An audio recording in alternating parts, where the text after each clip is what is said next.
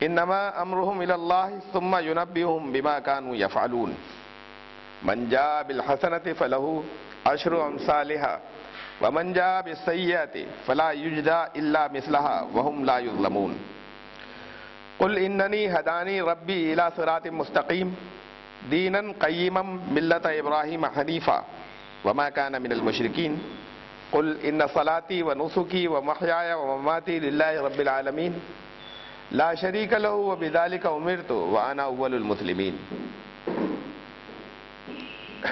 صدق اللہ العظیم۔ یہ سورہ انعام کی آیت نمبر 59 سے آج شروع کیا ہے، اور میں نے ابھی 159 سے 163 تک 159 سے 163 تک کی یہ تلاوت کی چند آیات۔ وہ لوگ، بے شک وہ لوگ، ان الذین فرقوا دینہم، جنہوں نے اپنے دین میں فرقے بنا لیے، وکانوا شیعا، اور وہ گروہوں میں بٹ گئے،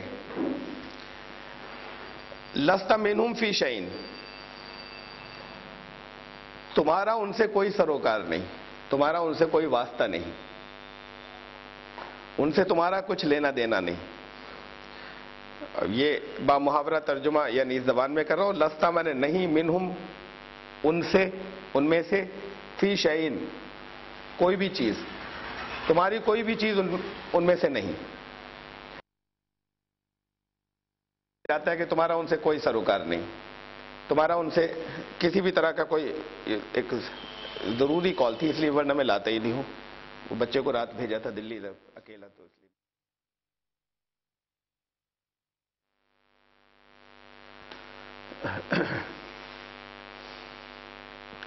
تو جن لوگوں نے اپنے دین میں فرقے بنا لیے اور وہ گروہ گروہ ہو گئے، گروہوں میں بٹ گئے، اب یہاں ترجمہ ہے تجھ کو ان سے کچھ سروکار نہیں۔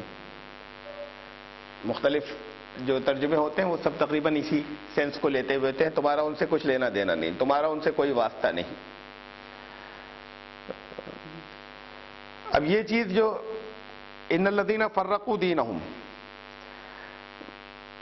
اکثر یہ بھی بہت اہم بات ہے کہ ترجمہ آپ کوئی بھی دیکھیں گے تو بات وہی ہے، جب ترجمہ ہم کرتے ہیں اردو کے اندر، اس میں کوئی فرق نہیں ہے کہ ترجمے میں جو کچھ ترجمہ کرنے والوں نے لکھا ہے اس میں اور جو کچھ میں نے ابھی اس کا ترجمہ کیا تھا اس میں سینس کے حساب سے کوئی فرق ہے، کوئی فرق نہیں، ایک ہی بات ہے۔ لیکن الفاظ کے استعمال سے جو ہمارے ہاں اردو میں استعمال ہوتے ہیں ورڈز، اس سے یہ ہوتا ہے کہ لوگوں کے سمجھنے میں بڑا فرق ہو جاتا ہے اور بات بڑی ڈائلیوٹ ہو جاتی ہے، ہلکی ہو جاتی ہے۔ اب میں نے وہی عربی کا لفظ رکھا باقی، ان الذین فرقوا دینہم، جنہوں نے اپنے دینوں میں، اپنے دین میں فرقے بنا لیے، یا جو اپنے دین میں فرقے بن گئے، جو لوگ، یا جو لوگ اپنے دین میں فرقوں میں تقسیم ہو گئے۔ اب ترجمہ میں یہاں پر پڑھوں اور تقریباً ایسے ہی سب نے کیا ہے۔ میں نے جتنے دیکھے ترجمے، خاص طور سے بہت سے نہیں دیکھے لیکن 3-4 میں نے دیکھے، اب نہیں بہت پہلے مجھے یاد ہے کہ لفظ فرقہ کسی نے استعمال نہیں کیا ترجمے کے اندر۔ جنہوں نے راہیں نکالی اپنے دین میں، یہاں ترجمہ یہ ہے، جنہوں نے راہیں نکالی اپنے دین میں۔ اب جو لوگ بٹ گئے گروہوں میں، کسی نے ذرا سا اور اس انداز میں کیا ترجمہ، جو لوگ ٹکڑوں میں ہو گئے، تقسیم ہو گئے، یہ اور بھی زیادہ جنہوں نے راہیں نکالی اپنے دین میں۔ اردو پڑھنے والا اس سے بات اصل میں وہی ہے، یعنی یہ میں نہیں کہہ رہا کہ کوئی ترجمہ غلط ہے، لیکن الفاظ لفظ فرقہ استعمال کرنے سے سب نے پرہیز کیا جو ترجمے میں نے دیکھے، اس لیے کہ فرقہ بندی اور فرقہ یہ سب سمجھتے ہیں کہ کسے کہتے ہیں اردو جاننے والے، تو وہی لفظ رکھا ہوتا تو زیادہ واضح صحیح طریقے سے تعلیم پہنچ جاتی۔ اب یہ کہ جنہوں نے راہیں نکالی اپنے دین میں، یہ بات اس جگہ تک ایسی باریکی میں ایسے پہنچ جاتی ہے کہ کسی کے یہ سمجھ میں نہیں آتا کہ یہ ہمیں بھی کہا جا سکتا ہے، وہ الفاظ ایسے ہیں جو اردو بولنے والے جو کچھ بولتے ہیں جسے سمجھتے ہیں تو بڑے واضح طور پر ایک تعلیم یہ آ جاتی کہ یہ فرقہ بندی جو ہے، فرقے بنانا، یہ قرآن اس کی بڑی سخت مخالفت کر رہا ہے. تو لفظ فرقہ استعمال ہی نہیں کرتے ترجموں میں، کہ عربی کا لفظ ہے فرقہ. ان الذین فرقوا دینہم، بے شک جن لوگوں نے اپنے دین میں فرقے کر لیے، بے شک جو لوگ اپنے دین میں فرقوں میں بٹ گئے. اور یہ عربی کا لفظ ہی اردو میں آیا ہے اور سب اس کے مفہوم خوب جانتے ہیں. باریکی سے ڈیفینیشن نہ جانتے ہو لیکن فرقہ بندی اچھی چیز نہیں ہے اس انداز میں یہ. تو اب معلوم نہیں کیوں ترجمہ کرنے والوں نے اس لفظ کو ایوائڈ کیا کہ لفظ فرقہ نہ آ جائے ترجمے کے اندر. میں نے جتنے بھی ترجمے دیکھے اس میں یہ جہاں جہاں پر قرآن شریف میں یہ الفاظ ہیں وہاں پہ لفظ فرقہ نہیں آیا ترجمے کے اندر، جس کو کہ اردو والے سارے سمجھتے. تو اصل میں یہی ہونا چاہیے تھا، اس سے ذرا سے زیادہ واضح ہو جاتی لوگوں تک بات. اس کی کچھ تشریح کے سے الفاظ میں آگے جو لوگ اس سے ہی سمجھتے نہیں کہ فرقہ بندی کی مخالفت قرآن کر رہا ہے، اس سے اور اپنے طرح طرح کے مطلب لوگ نکال لیتے ہیں. قرآن شریف نے بہت سی جگہوں پر یہ بات کہی، فرقے کی بات، فرقہ بندی کی بات. اور قرآن اور حدیث دونوں اس بات کے اوپر پورے طریقے سے اس بات کے اوپر یونانیمیٹی ہے، ایک مت ہے کہ بہت سخت الفاظ کے اندر کہ فرقہ بندی کی حالت میں اگر کسی کی موت ہوتی ہے تو وہ اسلام پر موت نہیں ہوئی. یہ اتنی سخت بات ہو گئی، بالکل ان الفاظ کے اندر حدیث ہے، کسی کی موت اگر فرقہ بندی کی حالت میں ہوئی تو وہ اسلام پر نہیں ہوئی. اور قرآن شریف یہ کہتا ہے کہ یہاں بہت سی جگہوں پر فرقہ بندی کی بات کہی قرآن نے. اب اس کو پھر ہم اس پر مزید اور غور کریں گے کہ پھر فرقہ کہا کیسے جائے اور فرقہ بندی کسے کہا جائے. لیکن جسی چیز کو بھی کہا جائے فرقہ بندی یا فرقوں میں بٹ جانا، یہاں پر اس آیت میں تو قرآن کہہ رہا ہے کہ جو لوگ جنہوں نے اپنے دین میں فرقے کر لیے، ان الذین فرقوا دینہم، تمہارا ان سے کوئی سروکار نہیں، لست منہم فی شیء. ایک جگہ کہا کہ یا الذین آمنوا اتقوا اللہ حق تقاتہ ولا تموتن الا وانتم مسلمون واعتصموا بحبل اللہ جمیعا ولا تفرقوا. ایمان لانے والوں، تقوی ایسا اختیار کرنا جیسا اس کا حق ہے. حق والی بات بڑی اہم ہے. وما قدر اللہ، یہ جہاں جہاں کہا ہے قرآن ہے وما قدر اللہ حق قدری، اللہ کی قدر لوگوں نے ایسی نہیں کی جیسی کرنی چاہیے. تو یہ تو سب کہتے ہیں اللہ بہت بڑا، اللہ ہی سب کچھ، اللہ ہی بہت عظیم اللہ، لیکن قدر نہیں کی ایسی جیسا اس کا حق ہے.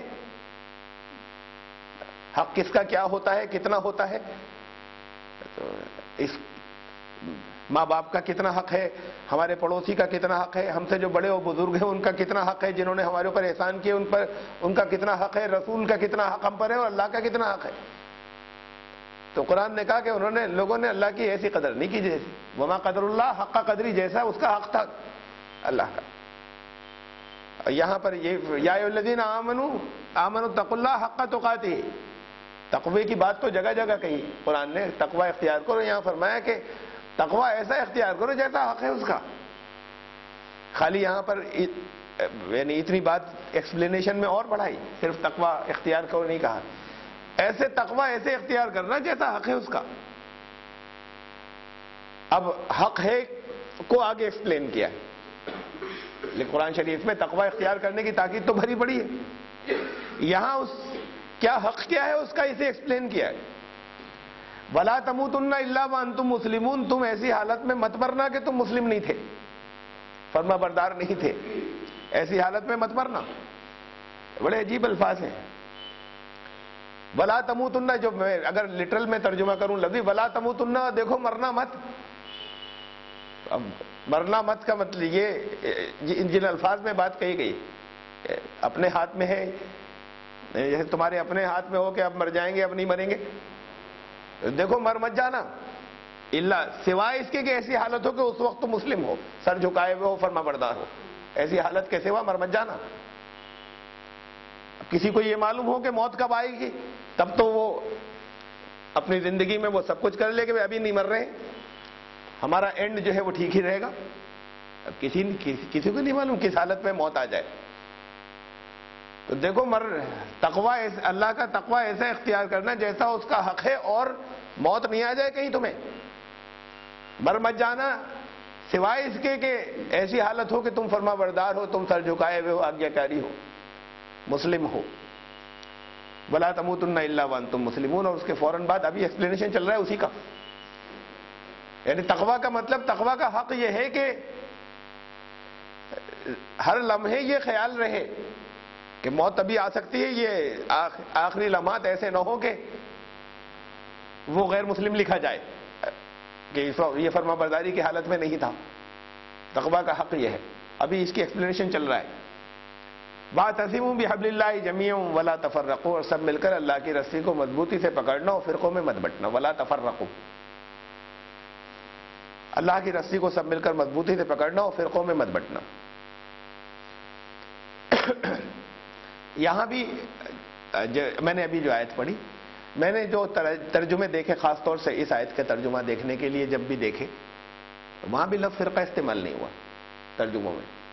تو لفظ فرقہ استعمال کرنے سے ترجمہ کرنے والوں نے اس کو ایوائڈ کیا, جبکہ فرقہ لفظ جو ہے اردو کے اندر, میں اردو ترجموں کی بات کر رہا ہوں, اردو میں عربی اور فارسی ان دو کے الفاظ جو ہیں, اور ہندی, ان تین کے ورڈز اور الفاظ بہت کثرت سے آئے. بالکل ایسے آگے کہ جو عام لوگوں کی بولی کا لفظ ہو گیا جس کا سینس سب سمجھتے ہیں. بہت سے ورڈز ایسے ہیں کہ جو بہت زیادہ کامن نہیں ہے, استعمال نہیں ہوتے, جن کا سینس لوگ نہیں ہی سمجھتے, جو عربی سے آئے یا فارسی سے آئے, پرشین سے. اور بہت سے ایسے ہیں کہ وہ یعنی باقاعدہ اسے ہم یہ کہیں کہ اردو زبان ہی کا حصہ ہے, آئے تو وہاں سے تھے. ان میں سے یہ لفظ بھی ہے کہ فرقہ, جو عربی کا لفظ ہے اوریجنل. ولا تفرقوا, تو ہم اس کو ترجمے میں ہم وہی لفظ رکھیں جو لوگ سمجھتے ہیں, بجائے اس کے کہ ہم اسے ہلکا کر دیں. فرقوں میں مت بٹنا یا فرقے مت بنانا. ولا تفرقوا, فرقے مت ہو جانا. اللہ کی رسی کو مضبوطی سے پکڑنا. یعنی اب ایک کوئی بنیاد ہوگی فرقوں میں نہیں بٹنے کی, ایک کوئی بنیاد ہوگی, تبھی فرقوں میں نہیں بٹیں گے. اور اس بنیاد سے کٹیں گے تو بہت سے راستے بن جائیں گے. اس بنیاد کو کہا کہ وہ ہے وہ اللہ کی رسی جسے تمہیں پکڑے رہنا ہے. اور اللہ کی رسی کو سبھی نے, سارے مفسرین نے یہ کہا ہے کہ یہ قرآن ہے, اس پر کوئی اختلاف نہیں ہے. اس پر کوئی اختلاف ہے تو شیعہ مفسرین کے یہاں کچھ ہے, وہ کہتے ہیں اللہ کی رسی سے مراد اہل بیت ہے. اور وہ بھی قرآن کے ہونے کو منع نہیں کرتے, یعنی کہتے ہیں اہل بیت بھی قرآن بھی, یعنی قرآن اللہ کی رسی قرآن کو کہا گیا, اس پر اتفاق ہے. تو یہ بنیادی چیز ہو گئی کہ کوئی چیز جو پھر قرآن سے واضح طور پر کٹے گی, کہیں انحراف ہوگی, وہ تقوی کے خلاف بھی نکل جائے گی اور فرقے بھی بنا دے گی. ایک کانفرنس کی بہت پرانی بات ہے, غالباً سن 90 کے آس پاس کی بات ہے. دہلی کے اندر ایک آل ریلیجنس کانفرنس ایک ہوئی تھی, اور بہت انہوں نے بڑا وائڈ اسپیکٹرم, یعنی بہت سے فرقے, یعنی بہت سے سمودائے جسے ہم کہتے ہیں وہ, اور بہت سے مذاہب کے لوگوں کو اکٹھا کیا تھا. شاید 20-25, بہت کم ہوتی ہیں انٹر ریلیجن کانفرنس ایسی انٹرفیتھ ڈائلاگ کی کہ ابال مذاہب کے جس میں 20-25 نمائندے مذاہب کے نمائندے ہوں یا متوں کے. یہودی بھی تھے اور جیوز بھی, اور سب جو جن کے بالکل نہیں, پارسی بھی تھے جو بالکل جن کی تعداد نہیں کے برابر ہندوستان میں, ان سب کو بھی انہوں نے بلایا تھا, نمائندگی تھی. اس میں یہ کوئی پلانڈ نہیں تھا, یہ اتفاق تھا. 2 دن کی کانفرنس تھی, اور اس میں یہ دوسرے دن سیکنڈ ڈے لاسٹ اسپیچ ہماری رکھی گئی تھی. اور عام طور سے لاسٹ آخر میں موقع انہیں دیا جاتا ہے کہ جو جنہیں یہ سمجھا جاتا ہے کہ امپورٹنٹ ہے یا اہم ہے. اور ہماری اس وقت کی یہ پوزیشن ہے کہ میں تو اب بھی نہیں کہتا کہ ذرا سی بھی کوئی ایسی بات ہے, لیکن اس وقت تو کوئی جانتے ہی نہیں تھا کہ ان کو کیسے ہمارا نام ملا تھا اور کیوں بلایا تھا. 2 لوگوں کو بلایا تھا, ایک مولانا عبد الکریم پاریک صاحب کو بلایا تھا, ایک مجھے مولانا اپنی کچھ صحت کی علالت کی وجہ سے پہنچ نہیں سکے تھے, صرف میں تھا وہاں. مسلمان نمائندوں میں. اور وہ انہوں نے کیسے یعنی کیا ریزن تھے, کیا وجہ تھی مجھے نہیں معلوم, لیکن ہماری اسپیچ آخری لاسٹ تھی, سیکنڈ ڈے دوسرے دن تھی اور آخری تھی. ایک جینی وہاں پر, اور بہت بے پناہ لوگوں نے, یعنی باقاعدہ ایسا ہوا سب انٹلیکچوئل اور بڑا ایلیٹ وہ تھی, حد ہوا کہ کرسی تک پہ کھڑے ہو گئے لوگ بعض, اور انہوں نے کہا کہ آپ جو کچھ کریں گے ہم ساتھ دیں گے آپ کا. بڑے اچھے ایفیکٹس کی بات, جو اچھے اثرات مرتب ہوئے تھے. تھوڑی سی جو باتیں میں اس میں کہی تھی, کامن گراؤنڈز کی میں نے بھی بات بھی رکھی تھی کہ مشترک بنیادوں سے ہم جو چیزوں پہ کامن ہو, آئیے وہاں سے شروع کریں کچھ, پھر اس کے بعد ہم اس پر بھی بات کریں آپس میں بیٹھ کر, جو ہمارے آپس میں بیچ میں کامن نہیں ہے.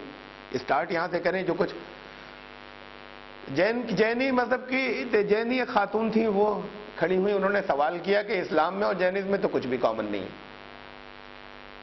بات تو یہیں سے شروع ہوتی کہ جینزم جسے آپ خدا کہتے ہیں جینزم اسے نہیں مانتا, تو یہاں تو بنیادی ختم ہو گئی, کوئی چیز کامن ہی نہیں ہے, کچھ بھی مشترک نہیں ہے. تو یہاں آپ کہاں سے شروع کریں گے, ہم سے بات کریں گے تو میں نے کہا اسلام کا کلمہ جو ہے وہ تو شروع اس سے ہوتا ہے جو آپ کہتے ہیں, لا الہ الا اللہ. پہلے تو انکار ہے کوئی الہ نہیں, یہ تو آپ کہتے ہیں کہ کوئی الہ نہیں, پہلے انکار ہے. اتنے حصے میں آپ کامن ہیں. قرآن اس کے بعد کہتا ہے سارا انکار کرنے کے بعد ایک کو ماننا ہوگا. یہ آپ کو نہیں تسلیم ہے, ہم اس پر آپ سے بات کریں گے بات کو, لیکن باقی جتنی پوجائیں ہیں پہلے اسے بند کر دیجئے, جتنی آپ بھی کرتی ہیں اسے سب کو بند کر دیں. پھر کس کی ہونی چاہیے اسے طے کریں, کیا بہت سو کی کریں گے یا ایک کی کریں گے, لیکن پہلے اسے بند کر دیے. مشترک ہونے کا مطلب یہ ہے کہ بات, تو آپ کہتے ہیں کوئی نہیں, تو پھر کس کی پوجائیں ہیں جب آپ کہہ رہے ہیں کہ یہ اس سے ہمیں انکار ہے کہ کوئی نہیں ہے. تو قرآن تو شروع ہی سے کرتا ہے. اس کے بعد انہوں نے یہ کیا, بس وہ کانفرنس ختم ہونے کے بعد انہوں نے بہت اصرار کیا کہ ہمارے گھر آئیے آپ بہت, اور انہوں نے کہا ہم کچھ اسکالر سے آپ کی بات کرانا چاہتے ہیں, جینی اسکالر سے.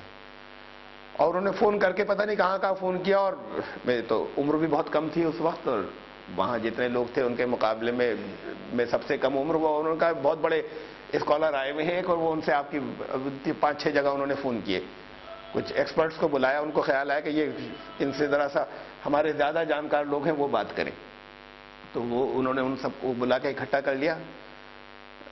تو میں نے ان سب کے ساتھ بات ہی نہیں ہوئی پوری, یعنی انہوں نے آگے کچھ کہا ہی نہیں. جو بات شروع ہوئی اس میں شروع میں نے کی.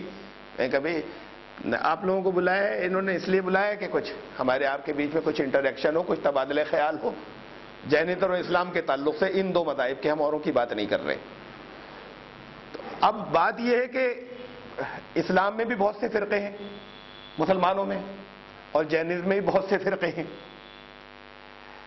مسلمانوں میں بہت سے فرقے ہیں, وہ عملاً پریکٹیکلی یہ کریں چاہے نہ کریں کہ اپنے اختلاف ختم کریں گے. تو بھئی گراؤنڈ کون سی, آخری گراؤنڈ کون سی جس پہ جا کر اتفاق ہوگا, تو وہ قرآن کا نام آتا ہے.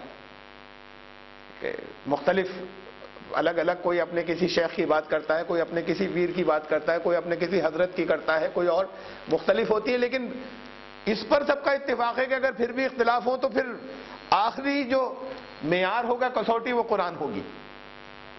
اصل میں تو فرقے اسی لیے ہیں مسلمانوں میں کہ یہ تھیوریٹیکلی تو کہتے ہیں, پریکٹیکلی نہیں مانتے اسے کہ قرآن سے جو طے ہوگا اس سے اختلاف, وہ بات فائنل مانی جائے گی. یہ پریکٹیکلی اسے نہیں مانتے, لیکن یہ عقیدہ ہر مسلمان کا ہے, اور ہر عالم اس بات کو واؤچ کرے گا کہ اگر اختلاف ہو تو آئیے پھر فائنل آخری بات کس کی ہوگی اختلافات کے معاملے میں, تو آخری بات جو ہے وہ اللہ کے کلام کی ہوگی. ہم اللہ کا کلام قرآن کو ہم مانتے ہیں. ہمیں کوئی جینز میں بہت سے فرقے ہیں, ہم کس سے بات کر رہے ہیں مجھے یہ نہیں معلوم ہے. میں کس فرقے سے بات کر رہا ہوں, آپ لوگ آئے ہیں تو پہلے تو مجھے وہ کسوٹی دیجیے اپنی کہ اگر کچھ اختلاف ہو, مجھے کوئی اختلاف ہو, آپ کو کوئی اختلاف ہو, آپ سے میں نے بات کی, کل کچھ اور جینی مل جائیں گے مجھے, وہ اپنے فرقے کی بات کریں گے, وہ آپ سے مختلف ہوگی. تو پہلے یہ بات طے کر لیں کہ وہ فائنل اتھارٹی کیا ہے, وہ کسوٹی کیا ہے, جس کے بعد پھر آپ اس سے نہیں ہٹ سکتے. ہر جینی کو ماننا پڑے گا, نہ مانے پریکٹیکلی جیسے مسلمان نہیں مانتے, لیکن ہمارے آپ کے بیچ میں تھیوریٹیکلی ایک بات طے تو ہو جائے کہ یہ آخری اتھارٹی, یہ جیسے وہ ہے اسلام جو قرآن کہہ رہا ہے, آخری کسوٹی اسے مانا جاتا ہے. کہیں بھی اگر اختلاف ہو اب یہ کہ احادیث کے معاملے میں اختلاف ہو تب آخری کسوٹی پھر قرآن کو تسلیم کیا جائے گا، فقہ کے معاملے میں ہو تب آخری کسوٹی اسے مانا جائے گا. آپ کے پاس مجھے پہلے یہ بتائیے، ورنہ تو یہ کہ میں آج آپ سے بات کروں، کل اس سے مختلف بات جو ہے وہ کسی اور جینی سے بیٹھ کے کرنی ہوگی، پھر کسی اور سے کرنی ہوگی، تو یہ تو پھر کوئی، اور وہ اس کے بعد پھر بات ہی نہیں ہوئی آگے، اس لیے کہ وہ تو پھر اسی میں گڑبڑ کے وہ انہوں نے کہا کوئی، یعنی یہ بات انہوں نے فائنل کہی کہ کوئی نہیں، کوئی ہمارے ہاں فائنل اتھارٹی اور آخری کسوٹی کوئی ہے ہی نہیں. وہ بھی ہیں جو اپنے آپ کو دھرم کہتے ہیں یا مت کہتے ہیں اور بڑی بڑی فلسفی رکھتے ہیں، بڑے اونچا فلسفہ رکھنے والے ہیں، لیکن ان کے پاس کوئی فائنل اتھارٹی نہیں ہے جس پر جا کر یہ طے ہو جائے کہ یہاں سے اپنے اختلاف ہم رفع کر لیں گے. ہمارا یہ ایمان ہے کہ آخری کسوٹی جو ہے وہ قرآن ہے. واعتصموا بحبل اللہ جمیعا، سب لوگ مل کر اسے مضبوطی سے پکڑ لینا. یعنی اختلاف ختم ہوں گے، اگر ہوں گے تو اس بنیاد پر ہوں گے، اور اختلاف کوئی باقی رکھتا ہے اس کے بعد بھی جب یہ آخری کسوٹی آ جائے تو وہ فرقہ ہے، وہ نہیں آ رہا، وہ فرقہ فرق ہٹ گیا، راستے سے بچا ہوا دوسرا راستہ، اس اصل راستے سے ہٹ گیا وہ، کہ اس کسوٹی کے آ جانے کے بعد کوئی اسے ماننے کو تیار نہیں ہو تو وہ فرقہ ہے. اس لیے قرآن نے کہا واعتصموا بحبل اللہ جمیعا ولا تفرقوا، اللہ کی رسی کو مل کر مضبوطی سے پکڑنا، اور فرقوں میں مت بٹنا، فرقے مت ہو جانا. تو اگر یہ ولا تموتن الا وانتم مسلمون، دیکھو تمہیں ایسی حالت میں موت نہیں آئے کہ مسلم نہیں تھے، اور اللہ کی رسی کو مضبوطی سے پکڑنا اور فرقوں میں مت بٹ جانا. تو قرآن بھی واضح طور پر یہ بات کہہ رہا ہے کہ فرقہ بندی کی حالت میں موت ہوئی تو مسلم نہیں ہو، اور حدیث بھی اس مضمون کی ہے کہ فرقہ بندی کی حالت میں جس کی موت ہوئی وہ مسلم نہیں ہے. اب پھر یہ بات کہ اب اس سے سمجھیں، اس لفظ کو تو ہم لوگ بہت جانتے ہیں اور خوب بولتے بھی ہیں. کون سا فرقہ؟ شیعہ فرقہ، سنی فرقہ، یہ ہر ایک کی زبانوں پہ آتا ہے. یعنی خالی اتنا ہی نہیں ہے کہ سنی لوگ یہ کہیں شیعہ فرقہ، جب بولی میں لکھا تھا شیعہ فرقہ، سنی فرقہ، یہ فرقہ لفظ استعمال کر لیتے ہیں. فرقے کے اندر بٹا ہونا کتنی سخت بات ہے. اور قرآن شریف صاحب لفظوں میں کہہ رہا ہے اگر ترجموں کے اندر اس کے لفظ فرقے کے نیچے فرقہ ہی لکھا ہوتا تو شاید زیادہ یہ بات لوگوں تک پہنچ چکی ہوتی. اب ترجمے میں لفظ فرقہ نہیں، ایک مفہوم اس کا ذرا سا لکھا ہوا ہے تو وہ کچھ زیادہ رجسٹر نہیں ہوتی دماغوں میں. میں دوبارہ پڑھ رہا ہوں، یہ ریپیٹیشن ہے کہ یہاں ترجمے میں لکھا ہے کہ جنہوں نے راہیں نکالی اپنے دین میں، ان الذین فرقوا دینہم، جنہوں نے راہیں نکالی اپنے دین میں. اور ہم اسی لفظ کو استعمال کریں جو قرآن کہہ رہا ہے تو وہ یہ ہے کہ جنہوں نے اپنے دین میں فرقہ بن گئے، جنہوں نے فرقے بنا لیے اپنے دین میں، ان الذین فرقوا دینہم. تمہارا ان سے کچھ لینا دینا نہیں، تمہارا ان سے کوئی واسطہ نہیں. ایک اور جگہ قرآن شریف سورہ روم کے اندر، وہ سورہ آل عمران کی آیت تھی جو میں نے پڑھی کہ اس کے اوپر تمہاری ایسی حالت کے اندر موت نہ ہو جائے کہ تم مسلم نہیں تھے، اللہ کی رسی کو مضبوطی سے پکڑنا اور فرقے مت بن جانا. یہ سورہ آل عمران کی تھی، شاید آیت نمبر 101 ہے غالباً آل عمران کی. ایک اور جگہ فرقے کی بہت سی جگہوں پر کہی، میں صرف ایک جگہ سے ایک حوالہ اور دے رہا ہوں، کتنی سخت بات ہے. سورہ روم کی آیت ہے، سورہ روم کا نمبر ہے 30 اور آیت نمبر 31 اور 32. منیبین الیہ واتقوہ واقیموا الصلاۃ ولا تکونوا من المشرکین. وہ لوگ جو دین حنیف کے اوپر ہیں، اوپر سے ان کا ذکر چلا آ رہا ہے، وہ ہیں کہ جو اللہ کی طرف رجوع کرنے والے ہیں، اس کی طرف رجوع کرتے ہوئے تقوی اختیار کرتے ہیں. واتقوہ، تقوی، واقیموا الصلاۃ، اور نماز قائم کرو، تقوی اختیار کرو اللہ کی طرف رجوع ہوتے ہوئے. ولا تکونوا من المشرکین، اور دیکھو تم مشرکین میں سے مت ہو جانا. من الذین فرقوا دینہم، کون سے مشرکین؟ جنہوں نے اپنے دین میں، من الذین فرقوا دینہم، جنہوں نے اپنے دین میں فرقے بنا لیے. وکانوا شیعاً، اور گروہوں میں بٹ گئے. کل حزب بما لدیہم فرحون، اور ہر گروہ، ہر فرقہ اس میں مطمئن ہے جو اس کے فرقے والے کہتے ہیں. جو اس کے پاس ہے وہ اس میں بالکل مست ہے اس کے اندر. قرآن ان کو مشرک تک کہہ رہا ہے. یعنی شرک خالی مورتی پوجا کو نہیں کہتے، یا اس سے اور آگے بڑھنے کے بعد یہ ہوا کہ صاحب وہ کہیں کوئی جو ہے وہ براہ راست قبروں وبروں کو سجدہ نہ کرے. اور اس سے اور کہیں کچھ لوگ آگے بڑھے تو انہوں نے کہا کہ اللہ کی جتنی صفات ہیں، ذات اور صفات، ان میں ساتھ میں وہ کسی اور کے اندر اس درجے کی صفات اللہ کی نہ مانے جس درجے کی اللہ کی ہے. قرآن یہ کہہ رہا ہے کہ مشرک وہ ہیں، مشرک وہ بھی ہیں. دیکھو مشرکوں میں سے مت ہو جانا، ان میں سے من الذین فرقوا دینہم، جنہوں نے اپنے دین میں فرقے بنا لیے. وکانوا شیعاً، اور وہ گروہوں میں بٹ گئے. کل حزب بما لدیہم فرحون، ہر گروہ جو ہے وہ اس میں مست ہے جو اس کے پاس ہے. اب اس سے ہمیں فرقے کی اور تعریف مل رہی ہے، ڈیفینیشن کہ فرقہ کسے کہیں گے. جو ایک راستہ، جو فائنل، جو قرآن اگر کہیں پر کچھ اختلافات، اختلاف رائے تو ہو سکتا ہے ہمیشہ سوچنے کا اور ایکسپلینیشن کا، لیکن اگر کہیں اختلاف رائے ہو اور اس کے اندر حکم اسے نہیں بنائے، فائنل اتھارٹی قرآن کو نہ بنائیں اور رہیں اب اس سے الگ، تو یہ فرقہ ہو گیا. یہاں فرق کر لیا، یہ فرقہ ہو گیا. پھر قرآن یہ کہہ رہا ہے کہ فرقہ بندوں کی، جو فرقہ بناتے ہیں ان کی نفسیات یہ ہوتی ہے یا ان کا طریقہ یہ ہوتا ہے کہ ہر ایک اپنے والے حصے میں مست ہوتا ہے کہ یہی ٹھیک ہے. سب اپنے اپنے حصے کے اندر مست ہوتے ہیں کہ جو جس فرقے میں ہم ہیں وہی ٹھیک ہے، اور اس کو ماننے کو تیار نہیں ہوتے کہ فائنل اتھارٹی یہ ہے، یہاں سے جو کچھ ہوگا. اب اگر حوالہ دیا جائے، شاہ ولی اللہ صاحب نے لکھا ہے کہ اب لوگ مجھ سے کہتے ہیں، شاہ ولی اللہ صاحب نے، میں ایگزیکٹ ورڈز نہیں ہیں، میں سینس کو میں اپنے الفاظ میں کہہ رہا ہوں اس لیے کہ الفاظ مجھے رٹے ہوئے نہیں ہیں. کہا کہ لوگ، میں ان کے سامنے اللہ کا کلام رکھتا ہوں، وہ کہتے ہیں ابو حنیفہ نے یہ کہا. انہوں نے لکھا ابو حنیفہ، میں امام بڑھا دیتا ہوں امام حنیفہ نے. کہ لوگ، میں ان کے سامنے اللہ کے کلام کی بات رکھتا ہوں، وہ کہتے ہیں کہ ابو حنیفہ نے یہ کہا. ارے بندے خدا، ابو حنیفہ کی بات مانو گے، اللہ کے کلام کی بات مانو گے؟ تو بات یہ ہے کہ پھر اگر اس درجے کی بات آ جائے تو وہ پھر فرقہ ہے. پھر دلیل کیا ہوتی ہے؟ اب بہت بڑے عالم تھے، کیا انہوں نے نہیں پڑھا تھا قرآن؟ آپ ہی نے پڑھ لیا ہے. درست بات ہے، بہت بڑے عالم تھے، بہت ذہین آدمی تھے، زندگی لگائی، محنت لگائی، بہت غور کرنے والے تھے. لیکن امام شافعی بھی بہت بڑے آدمی تھے، انہوں نے بھی زندگی لگائی، انہوں نے بھی اس پہ بہت غور کیا. امام احمد بن حنبل بھی بہت بڑے تھے، انہوں نے بھی زندگی لگائی، انہوں نے بھی بہت غور کیا. امام جعفر صادق بھی بہت بڑے تھے، انہوں نے بھی زندگی لگائی، انہوں نے بھی بہت غور کیا. اب اگر ان کے اندر کسی بات کے سمجھنے میں اختلاف آ گیا تو پھر کسی کو تو فائنل اتھارٹی آپ مانو گے، ورنہ یہ تو وہی ہو جائے گا کہ نہ ہم تو ان کی پارٹی کے اندر ہیں، ہم جو یہ کہتے چلے جائیں گے، جہاں جو چیز ان کے پاس سے آئے گی ہم تو صرف اسی کو مانیں گے، ہم اس پارٹی کے اندر ہیں. تو یہ پھر فرقہ بندی رکھیں. عوام، یہ ممکن نہیں ہے کہ عوام کسی کی تقلید نہ کریں، یہ ممکن ہی نہیں ہے ہر فیلڈ کے اندر. اور ضروری ہوتی ہے تقلید ہر فیلڈ کے اندر اور ہر میدان کے اندر ضروری ہوتی ہے. وہ لوگ بھی جو علی اعلان اپنے آپ کو غیر مقلد کہتے ہیں وہ بھی مقلد ہیں. وہ مثلا اہل حدیث حضرات اپنے آپ کو غیر مقلد کہتے ہیں. وہ جو ان کے اسکالرز ہیں، انہوں نے جو فیصلے کیے اور جو کچھ نکالا، ان کی کتابیں پڑھ کر وہ ان کی بات کہتے ہیں.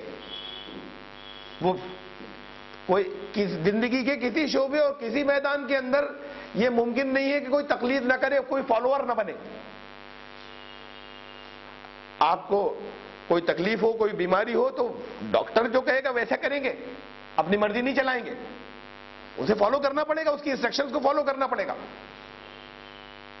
ڈاکٹر بہت سے ہیں، جس پر آپ کو زیادہ فیتھ ہو آپ اس کے پاس جائیں گے، اس سے کہیں گے کہ آپ جو دوا دے رہے ہو، جو پرہیز کر رہے ہیں وہ کروا دیجئے. ڈاکٹرز اور بہت سے ہیں، اس سے کچھ ڈیفرنٹ دوا دے سکتے ہیں، کچھ ڈیفرنٹ پرہیز بتا سکتے ہیں. آپ کو جس پر زیادہ اعتماد ہے آپ اس کے پاس جائیں گے، اس لیے کہ خود ڈاکٹر نہیں ہے. خود فائنل آپ یہ نہیں طے کر پا رہے ہیں ابھی کہ ان دونوں میں سے میں یہ طے کر دوں کہ یہ آپ کا اپنا فیتھ جس کے اوپر ہے کہ بھئی یہ ہماری نظر میں یہ زیادہ سمجھدار ہیں تو آپ نے ان سے دوا لے لی، آپ فالوور ہیں. کوئی شہر کا مسئلہ آتا ہے، کوئی محلے کا مسئلہ آتا ہے تو اس میں جو آگے ہیں، جو زیادہ ایکٹیو ہیں، وہ ہر آدمی جو ہے وہ بھاگ کر سارے مسائل طے کرانے کے لیے نہیں جاتا سرکار میں اور ڈی ایم کے پاس. اور یہ ہو سکتا ہے کہ کسی موقع پہ اگر اکٹھا ہو کے جائیں تو بھی کسی ایک کے ساتھ جاتے ہیں. ہم نے اپنا مسئلہ ان کے پاس پہنچا دیا، وہ فالوور ہیں. کوئی زندگی کا میدان اس میں ایسا نہیں ہے، اس لیے کہ ہر آدمی ہر چیز نہیں جانتا اور ہر آدمی ہر فیلڈ کا ایکسپرٹ نہیں ہوتا. ہر فیلڈ کے ایکسپرٹس ہوتے ہیں، ہر فیلڈ کے اندر آگے بڑھنے والے کچھ لوگ ہوتے ہیں اور دوسرے اس فیلڈ کے اندر اس کو فالو کرتے ہیں. تو تقلید سے فالو کرنے سے تو دنیا میں کوئی بچتا ہی نہیں ہے کسی میدان میں. یہ ممکن ہی نہیں کہ یہ کہا جائے کہ آپ کسی کی تقلید مت کرنا، مقلد مت بننا. میں تو ائمہ کی اس کی بات کر رہا ہوں. بے رسول کا مقلد ہونا تو ہر ایک کے لیے ضروری ہے، تقلید کرنا ان کی. لیکن اس کے بعد پھر بہت سے ایکسپرٹس ہوئے، بہت سے اسکالرز ہوئے، اب وہاں پر لوگ بٹے ہوئے. رسول تو قرآن لے کر آئے تھے، وہاں تک بات اگر رہتی تو پھر فرقوں کی نہیں ہوتی. بات تو اور اس کے آگے چلی جہاں پر اختلافات کچھ ہو گئے. ان اختلافات کے اندر ہر ایک کسی کو فالو کرتا ہے، کوئی حرج نہیں ہے. لیکن اگر کہیں کوئی بڑا بنیادی اختلاف ہو جائے تو یہ طریقہ جو ہے یہ درست نہیں ہے کہ پھر اس وقت بھی آپ ڈٹے رہیں اس بات کے اوپر کہ ہم نے تو جس کو سمجھ لیا ایک دفعہ زندگی میں، جس کو کہہ دیا ہے کہ یہ ہے جو کچھ یہ کہیں گے وہ کرتے چلے جائیں گے. دکھا رہے ہیں آپ کسی ڈاکٹر کو، آپ کا اسی پر زیادہ اعتماد تھا، مرض دور نہیں ہو رہا، ابھی اسٹیج پہنچ گئی آپریشن کی، اب ڈیسیشن ہو رہا ہے کہ کیا کرانا ہوگا آپ کو، بائی پاس سرجری کرانی ہوگی یا خالی آپ جو ہے وہ اینڈوگرافی کرا لیں. یہ اب بات اس اسٹیج تک اور اس سے آگے پہنچ رہی، اس جگہ تک پہنچ رہی جہاں زندگی کے نوبوں آدمی سیکنڈ اوپینین لیتا ہے، جا کر دوسرے سے مشورہ کرتا ہے، تیسرے سے مشورہ کرتا ہے. جن کے پاس کبھی نہیں گیا تھا ان کے پاس بھی جاتا ہے. باقی تو وہ روزمرہ کے اس کے لیے تو کسی ایک کے پاس جاتا تھا. اور اگر بہت سختی کے ساتھ میں دو ڈیفرنٹ رائے ہو گئی، نے کہا کہ یہ جان اس درجے کے ہو جائے کہ تمہاری، اگر تم نے یہ نہیں کرایا تو اس کی گارنٹی نہیں ہے کہ تم کس وقت ابھی ختم ہو جاؤ. اور دوسرا کہتا ہے کہ خبردار اگر یہ کرا لیا تو تمہاری زندگی کی ضمانت نہیں دی جا سکتی. اب اتنا آسان نہیں ہے کہ آدمی ایسی فیصلہ کر لے کہ ان میں سے کسی ایک کی بات ہم مان لیں. پھر اسے کوئی اور ہائر اتھارٹی چاہیے ہوگی کہ پھر اسے طے کرے کہ اب اس وقت کیا کروں میں. تو کہیں کہ اگر بنیادی اختلاف ہو جائے کہیں صحیح اور غلط کا، جہاں پر ایک کہے کہ اگر ایسا کر لیا تو دین کے خلاف ہو جائے گا، افضل و غیر افضل کے اختلاف کی بات نہیں ہو رہی، اور دوسرا کہے کہ اگر ایسا نہیں کیا تو دین کے خلاف ہو جائے گا. اگر ایسے مسائل کہیں آ جائیں، وہ بعض ہیں ایسے مسائل، سب نہیں ہے، اس میں طے کرنا ہوگا کہ اب ان سے اوپر کون ہے. ہم ان دونوں سے اوپر ہمیں جانا ہوگا. اس میں آپ یہ نہیں کر سکتے کہ نا ہم نے تو جو یہ طے کر لیا تھا کہ جو یہ کہیں گے ہم مانتے چلے جائیں گے. سب سے اوپر کسی بھی اختلاف کے اندر کون ہے تو پھر وہ آخری کسوٹی اللہ کا کلام. قرآن یہ کہتا ہے کہ قرآن شریف نے اس بات کو فائنل کر دیا. قرآن نے یہ کہا کہ اے ایمان لانے والو، اللہ کی اطاعت کرنا، اطیعوا اللہ یا ایھا الذین آمنوا اطیعوا اللہ واطیعوا الرسول واولی الامر منکم. اللہ کی اطاعت کرنا، اللہ کے رسول کی اطاعت کرنا، اور تم میں جو اولو الامر ہو، کسی فیصلہ کرنے کے اہل ہو، ان کی بھی اطاعت کرنا. تو اب حکم آ گیا درمیان میں جو بڑے بڑے امام و فقہا ہیں ان کی بھی اطاعت کا. یہ اولو الامر فیصلہ کرنے کے ہر آدمی نہیں ہے، انہوں نے زندگیاں لگائی ہوئے فیصلہ کرنے کے حق کے اہل ہیں، حکم آ گیا یہاں. لیکن جس جگہ قرآن نے یہ بات کہی وہیں ایکسپلینیشن بھی آگے دینا ضروری سمجھا. اس لیے کہ یہ تو کئی جگہ ہے کہ اطیعوا اللہ واطیعوا الرسول، اللہ کی اطاعت کرنا، اللہ کے رسول کی اطاعت کرنا. یہ ایک جگہ بات آئی کہ اولو الامر کی بھی کرنا. تو جہاں یہ کہا کہ جو تم میں فیصلہ کرنے کے زیادہ اہل ہوں ان کی بھی اطاعت کرنا، وہاں پر فوراً ایکسپلینیشن ایک ضروری سمجھا. اطیعوا اللہ واطیعوا الرسول واولی الامر منکم، اللہ کی اطاعت کرنا، اللہ کے رسول کی اطاعت کرنا، تم میں جو اولو الامر ہے ان کی اطاعت کرنا. فإن تنازعتم فی شیء، لیکن اگر کوئی ڈسپیوٹ ہو جائے کسی معاملے میں، تنازع ہو جائے، اور ڈسپیوٹ کا مطلب پھر یہ سمجھ لیں کہ افضل و غیر افضل کا اختلاف ڈسپیوٹ نہیں ہے. دیکھا آمین زور سے کہیں یا ہلکے سے کہیں، یہ ڈسپیوٹ نہیں ہے، یہ بنیادی اختلاف نہیں. اس پر جو شدت کرتے ہیں غلط کرتے ہیں. حضرت امام شافعی نے اس مسجد میں جا کر نماز پڑھائی. امام حنیفہ کے انتقال کے بعد ایک بار بغداد گئے اور اس مسجد کے اندر پہنچے جہاں حضرت امام حنیفہ نماز پڑھایا کرتے تھے. وقت کے بڑے اسکالر تھے لوگ، مشہور تھا کہ امام شافعی آئے ہوئے ہیں، تو لوگوں نے ان کو امامت کے لیے آگے بڑھایا کہ نماز آپ پڑھائیں. تو انہوں نے مسلکی جو افضل و غیر افضل کی چیزیں، اسے جو حضرت امام حنیفہ کہتے تھے، بعض معاملوں میں ان میں اور ان میں افضل و غیر افضل کا اختلاف ہے. آمین دور سے کہیں یا ہلکے کہیں، رفع یدین کریں یا نہ کریں، ہاتھ اٹھانا بار بار.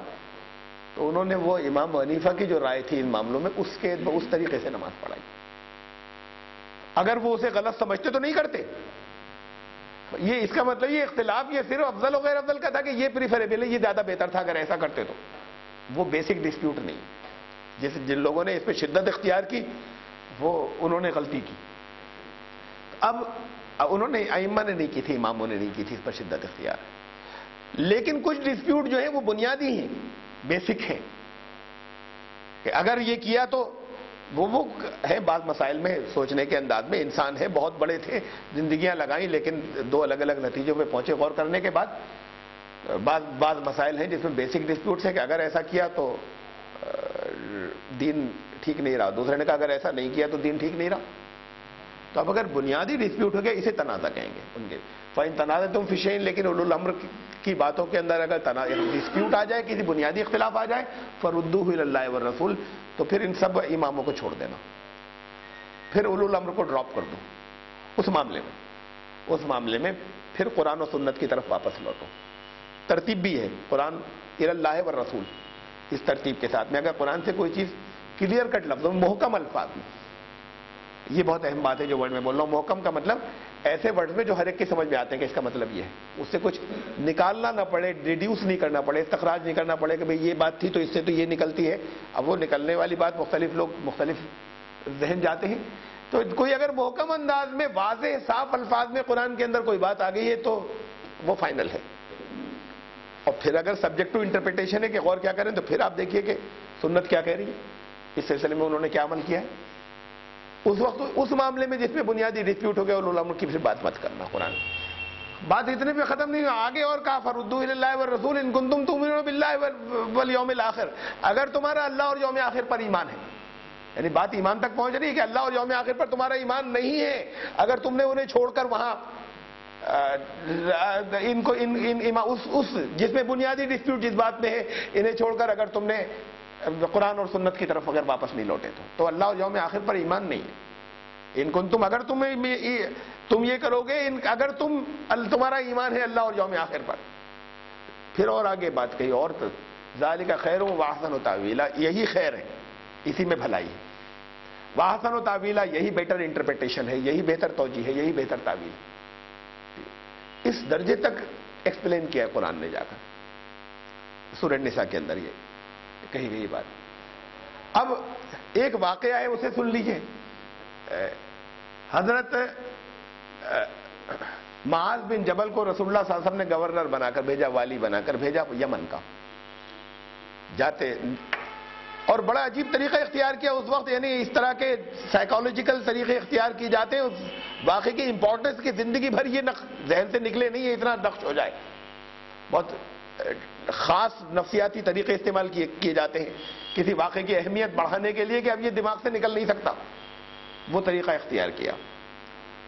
مدینے سے ان کو باہر تک سی آف کرنے گئے حضرت معاذ بن جبل کو. اب رسول جا رہے ہیں سی آف کرنے، وہاں تک آتے رسول اللہ صلی اللہ علیہ وسلم انسٹرکشن لی، ہدایت دیتے، وہاں سے روانہ ہو جاتے سلام کر کے. خود ان سے کہا اونٹ پر بیٹھو، وہ بیٹھ گئے، سوار ہو گئے. اب اونٹ کی رسی پکڑ کے نکیل پکڑ کے چل دیے رسول اللہ صلی اللہ علیہ وسلم مدینے کی بات. تو وہ بے چین ہو گئے کہ رسول اللہ یہ کیا، مجھے اترنے دیجیے. تو رسول اللہ صلی اللہ علیہ وسلم نے کہا کہ نہیں بیٹھے رہو، اور پھر اونٹ کی نکیل پکڑ کر چلے. اب ان سے برداشت نہیں ہوا، جب حکم آ گیا کہ بیٹھے رہو نہیں اتر سکتے اور خود پیدل چل رہے ہیں، تو کیا کہ یا رسول اللہ اگر آپ مجھے نہیں اترنے دیتے اور آپ نہیں تو آپ بھی ساتھ میں بیٹھ جائیے، آپ بھی سوار ہو جائیے. تو پھر یہ فرمایا کہ نہیں تم بیٹھے رہو، میں ایسے چلوں گا.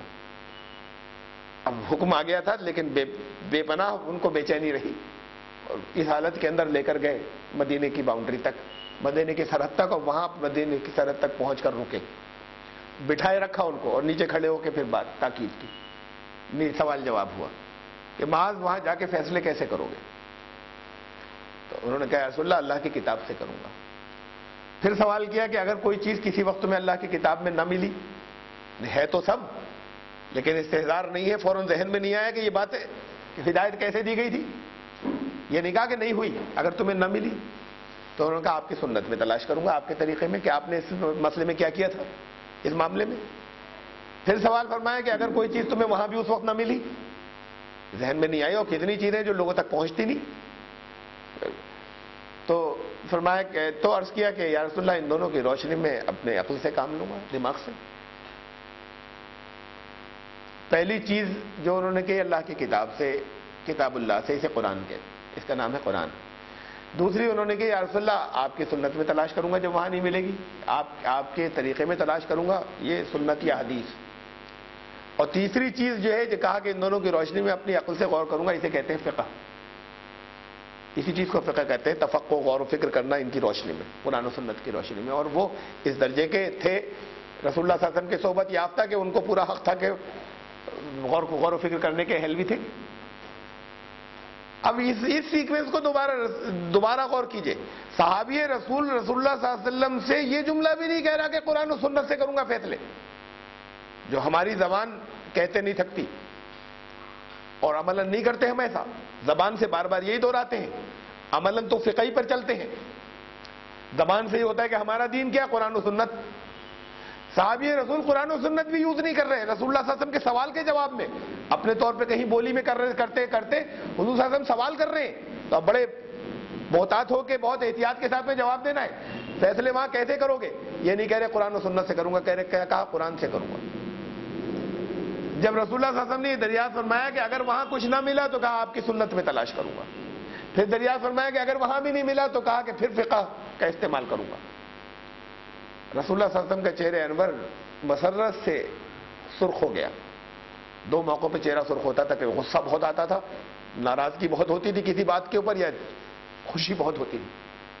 اور بڑا ایک تاریخی جملہ ارشاد فرمایا کہ اللہ کا شکر ہے کہ اللہ کے رسول کا رسول، جس نے اللہ کے رسول کو یہ توفیق بخشی کہ وہ صحیح راستے پر رہے. اور پھر انہوں نے روانہ کیا.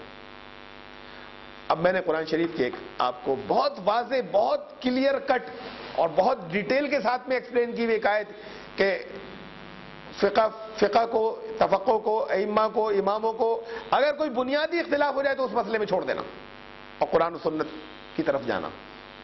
اور رسول اللہ صلی اللہ علیہ وسلم، اور یہ واقعہ ایسا جو میں نے آپ کو سنا ہے کہ یہ متفق علیہ ہے، مطلب اس کے اوپر کوئی اختلاف نہیں امت میں اس واقعے کے اوپر. کچھ لوگ کہیں تھے پتہ نہیں کون سی تاریخ میں ہے اور کہاں ہے، کوئی علماء میں اختلاف نہیں اس واقعے پر. تو اب صحابی رسول اس حدیث، یعنی ایک سنت ہو گئی، ایک حدیث ہو گئی، یہ واقعہ جو ہے یہ تاریخ کے اندر ایسا ہے کہ جس میں یہ طے ہو گیا کہ پرائرٹی، ترجیحات ایسے رہیں گی کہ پہلے ہم قرآن سے حل تلاش کریں گے. اگر قرآن میں نہیں ملے گا کسی چیز کا حل یا سمجھ میں نہیں آ رہا ہوگا ہمیں، تو ہم دیکھیں گے رسول اللہ صلی اللہ علیہ وسلم نے اس معاملے میں کیا کیا ہے. اور اگر وہاں کچھ اختلاف مل رہا ہوگا یا ہماری سمجھ میں نہیں آ رہا ہوگا یا کوئی چیز اس وقت مل نہیں رہی ہوگی، تو ہم دیکھیں گے امام کیا کہتے ہیں، فقہ کیا کہتے ہیں، فقہ کیا کہتی ہے. لیکن اگر فقہ جو ہے وہ اس میں اگر ڈسپیوٹ ہو تو پھر صرف ان دونوں میں دیکھنا ہے، پھر انہیں نہیں لینا ہے. اور ان دونوں بھی ترتیب یہی رہے گی، پرائرٹی پہلے اللہ کی کتاب. اب اس بات کو پھر سمجھ لیجیے کہ اللہ کی کتاب کے اندر جو چیزیں محکم الفاظ میں ہیں، محکم الفاظ کا مطلب اتنے صاف لفظوں میں کہ ہر آدمی سنتے ہی ایک ہی مطلب سمجھتا ہے اس کا. رسول کوئی بات اس کے خلاف نہیں کہہ سکتے، رسول کی سنت اس کے خلاف نہیں ہو سکتی. رسول اپنی پسند پر عمل کرانے نہیں آئے تھے، ان کی پسند اللہ کی پسند، ان کا جو حکم وہ دینے آئے ہیں، وہ دینے آئے ہیں جو اللہ کا حکم ہے. اس کے خلاف ممکن نہیں ہے کوئی چیز حدیث کے نام پر مل جائے آپ.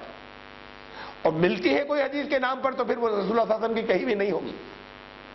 یعنی بات یہ کہ بے نیاز ہے، ہمیں کسی چیز کو دیکھنے کی بھی ضرورت نہیں اس معاملے میں جو واضح طور پر صاف صاف آ جاتی ہے. اچھا کچھ چیزیں ایسی ہوتی ہیں کہ تشریح طلب ہے، سبجیکٹ ٹو انٹرپریٹیشن ہے. غور کیا اس سے لوگ مطلب نکالتے ہیں، کچھ اور نکال رہا ہے، دوسرا کچھ، تیسرا کچھ. ہم دیکھیں گے رسول اللہ صلی اللہ علیہ وسلم نے کیا کیا تھا اس معاملے میں. وہاں پر ہم یہ سیکنڈ پرائرٹی ہے، وہاں پر ہم اس جگہ پر جا کر دیکھیں گے رسول اللہ صلی اللہ علیہ وسلم نے کیا کیا تھا. یہ فرقے ختم کرنے کا طریقہ ہے. اور جب تک یہ نہیں ہوگا تو فرقے رہیں گے. اور قرآن کہتا ہے ہر ایک اپنے اپنے اس میں مست ہے. اب بن گئے فرقے، سب سے پہلے فرقے یہ دو بنے، شیعہ اور سنی اس نام کے امت کے اندر. اس کے بعد پھر جب ایک دفعہ بن گئے تو کوئی لمٹ نہیں ہوئی شیعوں میں بھی فرقے بننے کی اور سنیوں میں بھی فرقے بننے کی، کوئی حد نہیں بچی. اور قرآن کہہ رہا ہے ہوا سماکم المسلمین، اللہ نے تم سب کا نام مسلم رکھا. ہم کہتے ہیں الحمدللہ ہم سنی مسلمان ہیں. جب اللہ نے ایک نام رکھا ہمارا، قرآن کی آیت ہے، قرآن کہہ رہا ہے اللہ نے تمہارا نام مسلم رکھا، تو ہم اپنے نام کے ساتھ کیوں جوڑ رہے ہیں کہ ہم سنی مسلمان ہیں؟ اگر تو یہ تو فرقہ ہو گیا. پھر ایک فرقے نے، اگر ایک گروہ نے یہ کہا کہ ہم تو شیعہ مسلمان ہیں، تو دوسرا گروہ یہ کہتا رہتا کہ آپ ہوں گے شیعہ مسلم، ہم تو مسلم ہیں، اللہ نے ہمارا نام یہ رکھا ہے. یعنی رد عمل میں اور ریئیکشن میں ایک چیز اور جوڑنے کی کیا ضرورت ہے؟ کیا نعوذ باللہ اللہ کی طرف سے کوئی کمی رہ گئی؟ جو کچھ اللہ نے نام تجویز کیا تھا، آپ کا نام رکھا تھا، اس میں الحمدللہ اللہ کا شکر ہے کہ وہ کمی ہم نے پوری کری. الحمدللہ کہنے کا مطلب تو یہ ہے. اب اگر کسی سے کہیں کہ ہم مسلم، تو وہ پوچھتا ہے کون سے؟ سوال یہ کرتا ہے یہ